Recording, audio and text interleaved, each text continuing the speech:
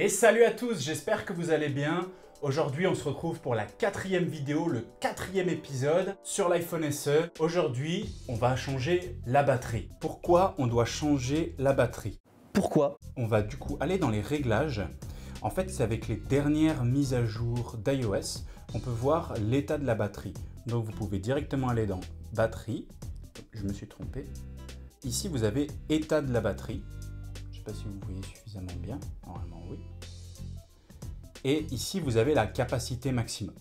Normalement, iOS vous donne une indication sur la batterie, est-ce qu'elle est encore en bon état, ce genre de choses. Ici, vous avez écrit capacité de performance optimale. Avant, ça mettait un signe différent qui disait que la batterie était à changer. Là, le signe a changé, il s'est mis comme ça. Pourquoi, je ne sais pas, mais la batterie est toujours très mauvaise. Là, le téléphone a été allumé pendant 30 secondes, il est passé de 100 à 99. Et puis si je le laisse par exemple toute la nuit, on va voir que la batterie descend très rapidement. Je ne dis pas évidemment que vous allez avoir la même chose. Vous ne devez pas forcément le changer quand vous êtes à 85%. Moi ici, je vais la changer parce que je vois les effets réels. Si vous voyez les effets réels de la batterie et que la batterie commence à se vider beaucoup trop vite, changez-la. Sinon, vous pouvez seulement vous référer à ça et ça peut vous servir comme valeur étalon. Pour le changement de la batterie, on va évidemment avoir besoin d'une batterie. Je précise, c'est évidemment une batterie d'iPhone SE. Il y a des batteries pour chaque modèle. Même si les modèles sont très ressemblants, parfois les batteries sont totalement différentes, que ce soit au niveau du connecteur, de la capacité, etc. Ici, avec cette batterie, on pourrait la confondre par exemple avec une batterie d'iPhone 5, d'iPhone 5C. C'est totalement différent, c'est des batteries qui ne fonctionneront pas d'un téléphone à l'autre. Également, pour continuer cette réparation, on va avoir besoin des petits scotch qui se glissent sous la batterie, c'est de l'adhésif double face. C'est ce qui va permettre à la batterie de tenir dans le téléphone. Très important, on ne veut pas que la batterie se trimballe dans le téléphone toute seule. C'est important parce que sinon ça pourrait abîmer des composants, etc. Donc, je vais vous montrer directement ce qu'il y a dans le petit paquet de la batterie et ensuite on va procéder à la réparation.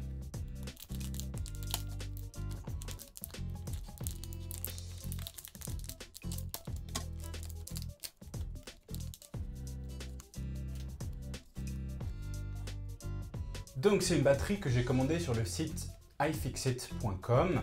Ils ont une boutique en Europe, en France. Actuellement, je ne suis pas en France, donc j'ai dû utiliser la boutique européenne. Parfois, les prix peuvent varier selon dans quel pays vous êtes en Europe, mais c'est des très bons produits, de très bonne qualité. Ici, vous avez par exemple une petite étiquette qui va vous indiquer ce qu'il faut faire une fois que la batterie est installée. Et ensuite, on va directement avoir la batterie ici. Donc, je vais la remettre ici, je vais débarrasser tout ça et on va passer tout de suite à la réparation.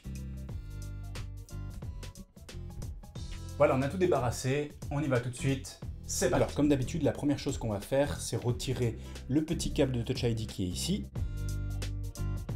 Donc ici, on va changer la batterie, mais ça ne nous empêche pas de retirer l'écran. On aura plus de liberté pour s'amuser autour et essayer de l'enlever.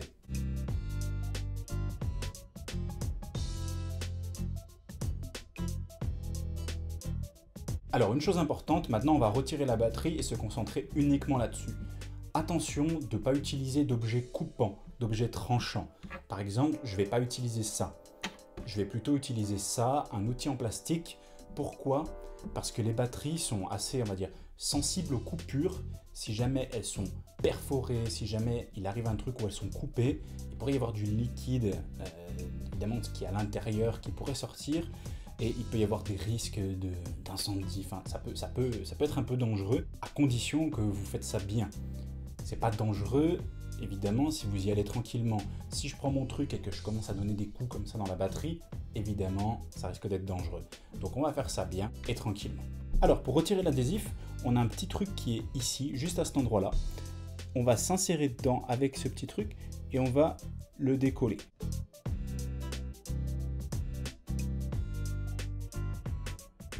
Donc une fois que ce truc dépasse, qu'il a été bien retiré, ce qu'on va faire, c'est qu'on va tirer dessus pour essayer de décoller. Ce que j'ai fait avant, c'est que j'ai mis un peu de chaleur derrière la batterie, au cas où, comme ça l'élastique est un peu, enfin l'adhésif est un peu plus affaibli, comme ça ce sera peut-être plus simple.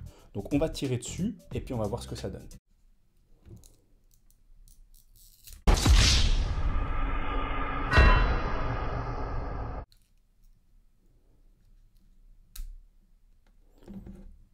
Elles ont cassé, donc on est un peu dans le caca. Ce qu'on va faire, c'est qu'on va rechauffer dessus et puis voir si on arrive à les retirer comme ça. Pour cette partie de la vidéo, je l'ai mis en accéléré, en x32 il me semble, pour que vous voyez bien et assez rapidement.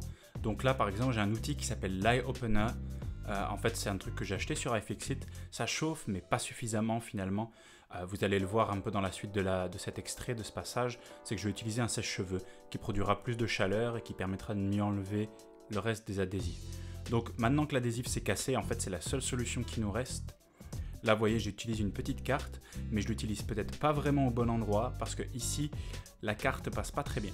Donc, ce que je vais faire, et vous allez le voir dans la suite de la vidéo, c'est que je vais enlever la carte mère. Je l'aurais fait hors caméra, bien sûr, parce qu'en enlevant la carte mère, on a plus d'espace. Vous voyez ici, j'ai déjà un peu plus d'espace pour pouvoir travailler. Et donc, ce qui se passe ici, c'est que je fais seulement que pousser l'adhésif qui est dessous. Je ne le retire pas, il ne se décolle pas parce qu'il est vraiment très bien attaché. J'utilise très souvent de la chaleur, ça m'a pris beaucoup de temps, avec des outils en plastique et ce genre de choses, pour soulever la batterie et la retirer petit à petit. Il y a un produit qui peut vous aider, ça s'appelle l'alcool isopropyl. C'est un alcool qui est fort, entre 90 et 99%. En général, c'est un alcool qu'on utilise pour soigner les blessures, mais là, c'est un alcool qui permet de dissoudre, on va dire, entre guillemets, la colle de l'adhésif. Et donc, si vous l'utilisez évidemment bien sûr avant de casser les bandes, vous allez pouvoir les retirer plus facilement. Quasiment tout le monde utilise ça. Moi j'en avais pas à ce moment-là donc j'ai pas pu. Ce serait beaucoup plus simple. Ce que j'ai réussi à faire par moment, c'est à me glisser sous la batterie avec un petit truc pointu. En métal évidemment mais en faisant très attention. Et j'ai réussi à choper des morceaux de l'adhésif, à les retirer en dehors de la batterie, à les tirer vers moi et à les attraper. Ça m'a permis de gagner un peu de temps. Le seul problème, c'est évidemment que là, ça me prenait beaucoup de temps parce que je faisais que pousser l'adhésif, mais ça ne le décollait pas. Donc, vous voyez un peu comment ça fonctionne. De toute façon, je vous laisse la fin de l'extrait en musique.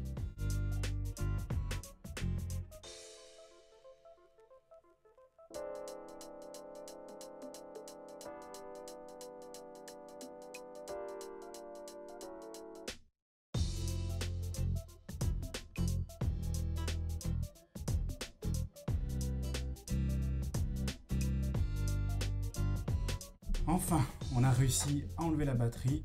Elle est totalement dégueulasse, totalement endommagée, mais il n'y a plus aucun danger. Vous voyez comment elle est pliée et elle est toujours en bon état entre guillemets. Je présume que ça se trouve elle marche encore, mais on va pas essayer parce que vu l'état dans lequel elle est, ça pourrait causer des problèmes. Donc ça c'est une batterie qui va être recyclée, ou on va en faire quelque chose, on verra bien.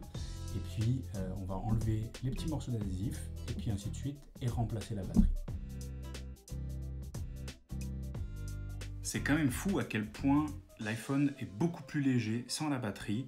Mais bon, dans tous les cas, ce qu'on va faire, c'est qu'on va mettre cette batterie dans ce téléphone et puis il sera comme neuf. La première étape, ça va être de remettre les mêmes bandes adhésives au dos de la batterie. Alors maintenant, ce que je vais vous montrer, c'est évidemment comment placer l'adhésif. L'adhésif, donc on va juste décoller la partie bleue qui est dessus. Et ensuite, on va prendre la batterie avec le connecteur du côté droit, de votre côté droit bien sûr, et le coller de cette façon sur la batterie. L'adhésif, normalement, prend très rapidement, donc il faut faire attention de bien le coller correctement sur la batterie, parce qu'une fois que vous l'avez collé, vous ne pourrez pas le redécoller, parce que si vous le redécollez, vous risquez de l'abîmer, de le déchirer, ce genre de choses. Et ce serait un peu dommage de déchirer l'adhésif à ce moment-là, surtout qu'on en a besoin. On veut surtout pas que la batterie se balade dans le téléphone sans adhésif. Bon, on n'en est toujours pas rendu parce que voilà ce qu'ont donné les adhésifs que j'ai pris. Ça marche pas du tout. Je vous déconseille du coup de les acheter. C'est dommage parce que iFixit font vraiment de très bons produits. J'adore ce site. Il y a plein de choses. C'est très complet. Ils ont beaucoup de tutoriels de réparation. Il y a beaucoup de choses que j'utilise. Mais là, le problème, c'est que leurs adhésifs sont vraiment mauvais. Cet adhésif colle pas du tout à la batterie. Je sais pas si c'est la batterie qui est trop moite ou l'environnement là, c'est trop humide ici. Je sais pas ce qui se passe. Donc, ce que je vais faire, c'est que je vais utiliser de l'adhésif classique que j'ai avec moi, que je vais coller directement ici et je vais mettre la batterie. Le problème, c'est que si jamais je veux rechanger un jour la batterie, ça va être un peu compliqué, on va dire, à enlever, mais on va devoir faire avec. C'est pas grave, on va faire ça tout de suite ensemble. Alors, je fais une petite intervention entre temps. Vous voyez, j'ai eu le temps de prendre de la barbe et changer de t-shirt. C'est en rapport avec les adhésifs. Les adhésifs que j'ai achetés, j'ai regardé des articles, j'ai regardé 2-3 choses. Il y a beaucoup de personnes qui les collent dans le téléphone avant de les coller sur la batterie. Apparemment, ça fait une différence, mais j'y crois pas trop. Enfin, c'est peut-être vrai, mais j'y crois pas trop parce que la batterie, ça tenait tellement mal dessus à la base que je ne sais pas comment ça peut vraiment bien tenir ensuite plus tard. Mais je pense m'être trompé. Ça se trouve, les adhésifs auraient très bien fonctionné si je les avais mis d'abord dans le téléphone et ensuite la batterie par-dessus. Donc si jamais vous achetez ces adhésifs, faites comme ça et ça marchera sûrement. Moi, avec la technique que j'ai utilisée et mes propres adhésifs, ça marche très bien. Une deuxième chose, ça concerne la batterie. La batterie, c'est important de la recycler correctement. Vous l'achetez surtout pas à la poubelle. En plus, c'est indiqué derrière. Je ne sais pas si vous pourrez le voir, mais il y a un petit logo d'une poubelle barrée. Il ne faut surtout pas le jeter parce que quand c'est mis dans le camion poubelle et que ça la broie, il y a un contact avec le liquide et les atomes qui est à l'intérieur. Enfin bref, c'est un truc un peu complexe entre guillemets. Et ça peut causer des incendies. Les batteries, c'est connu pour quand elles sont très détériorées, quand on les abîme avec des coups, ce genre de choses, elles peuvent prendre feu. Vous connaissez bien l'histoire du Galaxy Note 7. Donc cette batterie, vous en faites ce que vous voulez. Vous la mettez dans un tiroir, vous la mettez, je sais pas où, vous allez dans un magasin Apple par exemple, qui pourra la reprendre et eux, ils vont la recycler à leur façon. Mais surtout, vous l'achetez pas à la poubelle, c'est super important. Bien sûr, si vous voulez faire des expériences avec, je ne vous le recommande pas, mais si jamais vous voulez en faire, portez toujours des gants et des lunettes, équipez-vous et soyez toujours en sécurité quand vous manipulez des batteries abîmées. Voilà, alors comme vous l'avez vu précédemment, l'adhésif conventionnel n'a pas fonctionné.